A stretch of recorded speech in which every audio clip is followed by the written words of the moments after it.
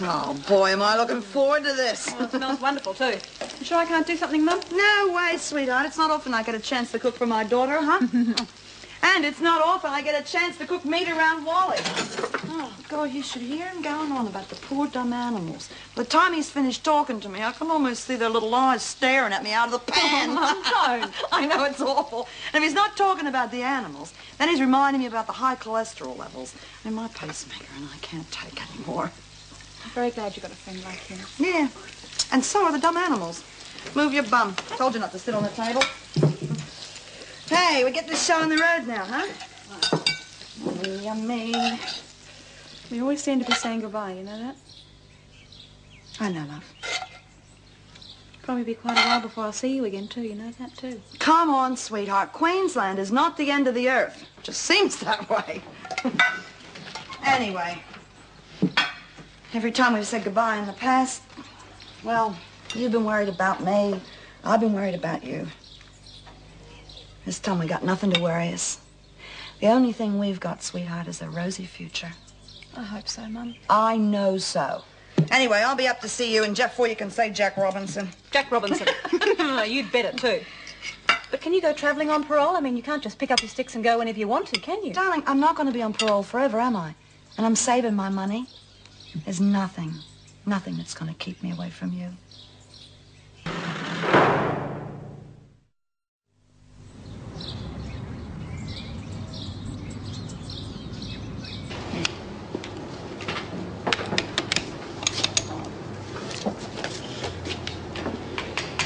Believe young Susie's spelling.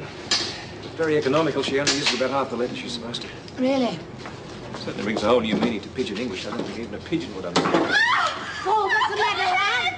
Oh, God, how can you do that, love? Let's have a look. Is she all right? Oh. Yeah, I don't think it's anything too serious. Come on, love. Let's get to the hospital. Come on. It looks real bad. Oh, she'll be all right. Oh, of course she will. Now get back to work. Would you keep an eye on that lot? Okay. Oh, little kid. Take it easy, Susie. Take it easy. It hurts. Yeah, I know it does, but we'll have it fixed up in next to no time. Look, it looks much worse than it is. Hey, a bit like me, really. Hey, come on, turn off the waterworks. You've already got my one and only tank, you know. You might need it for something.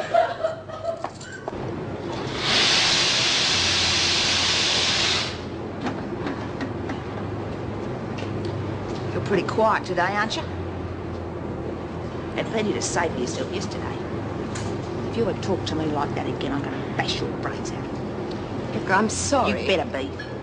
I was just a bit upset, that's all. I didn't really mean what I said. Don't come the raw prawn with me. You don't fool me for a minute.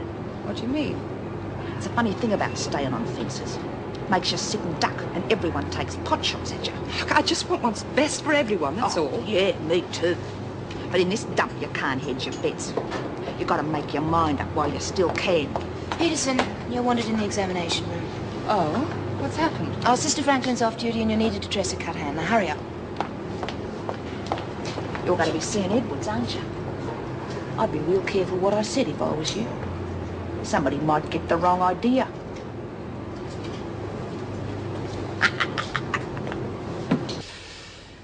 There you go. Good as new. You thought you were going to end up a female version of Captain Hook, didn't you? Yeah. Sorry to disappoint you. Never mind, I wanted to be Peter Pan once, but my wings always get tangled up when I try to fly. All right, Peterson, see what you can do. You'd make a good nurse, Mr. Marnie. Oh, I don't know if the uniform would suit me, do you?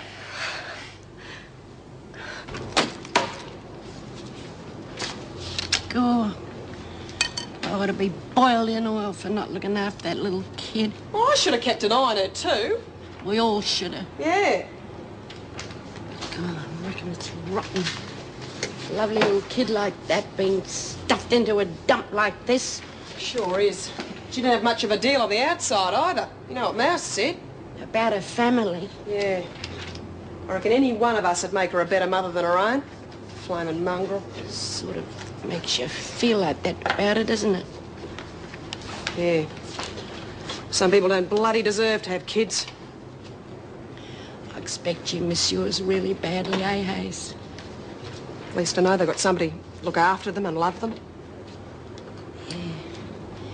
Why didn't you and George get hitched? We couldn't. He's got a wife.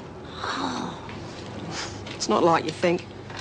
She's in the funny farm, won't never come out. God, that'd be even worse than being in a place like this. When George and me first shacked up together, we got the guilt about getting a divorce because of that. He sounds like a really decent sort of bloke. You bet he is. Anyway, we had the kids and we didn't reckon saying a few words in public would make it any more of a marriage. I know what you mean. Do the kids mind? Nah. He adopted them. That's all that mattered to me. They've got his name. And he's stuck by us all these years, Lizzie, me and the kids. Even though I've been in this dump. Can't have been much easier for him either. No. No, it hasn't, but he wouldn't shoot through like those bums did to Susie. Tell you what, if you got kids, well, you got to stick by them. Miss Conway, what are you doing away from the workshop? Oh, we had a slight accident. Driscoll hurt her hand and I had to get Peterson to bandage it. Is anyone supervising the women? Oh, yeah, there's an officer there. No, I think you better get back there as soon as possible. I'll see that Peterson gets the laundry. All right. Come on. I want to be moved to another wing. Oh, don't be ridiculous. It's really necessary. Why? One of the women is out to get me. Only one? You surprise me. The way you lot fight amongst yourselves. Look, this is different. All right, go on. Well, if I tell you, can you guarantee I'm going to be moved? Of course not. Only Mrs. Davidson can do that. Well, what are my chances? That depends entirely upon your reasons, doesn't it? I think finally someone's found out I've been passing information on to you. Then moving to another wing won't help. What do you mean? If the women know for sure you've been lagging, you couldn't really be protected anyway. But you're going to help me, aren't you? Why should I? Now, look, I've done a great deal for you. Surely you're going to stick by me now. Sticking by you never came into it. And I'd hardly have thought you'd be one to expect loyalty. We've wasted enough time. Get moving.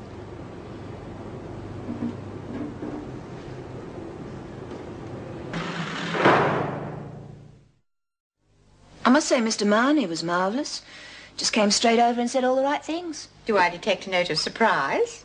Well, he's not the type I'd immediately pick as being able to calm hysterical women. Perhaps not. Oh, Mr. Marnie. Sorry to interrupt the chinwag. I just wanted to check that the paper I requisitioned will be in tomorrow. Yes, it will. Miss Conway has just been telling me how well you took care of Driscoll after her accident. Yeah, well, you can't have too many tears in the press, you know. It'd rust up in no time. So I'd still like to thank you. Things can get out of hand rather rapidly. Yeah, well, I have seen accidents like that before. Not that the machinery is dangerous, but you do need to be careful. Oh, I agree. But I hope you won't desert us before the women have a full understanding of the functions of the machine. Of course not.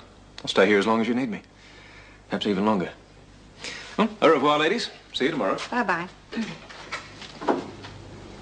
He really is rather an amusing man. Have you heard any more from the department about the problem with the kitchen requisitions? Yes, Mr. Douglas has confirmed that the police will be taking over. Does that mean we'll have detectives swarming all over the place? Yes, unfortunately, they'll be here tomorrow. I'm afraid it doesn't look very good for Smith. She's the only one who's been caught red-handed with the stolen foodstuffs. I have no doubt there are others involved, but proving it is a different matter.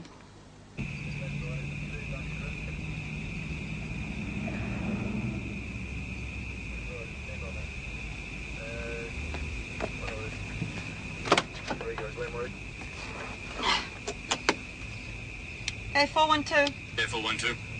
Hey, listen, that job you just gave me, it was a no job. Righto, go 412. Where are you? I'm in Porter Street, flat 3. Right, I'm putting you down for the next off the rank. Oh, thanks, love. How's it going anyway, K412? It's not so bad. I'm not used to the night work, though. I think by the time I'm finished, I'll have to hold my eyelids open with matchsticks.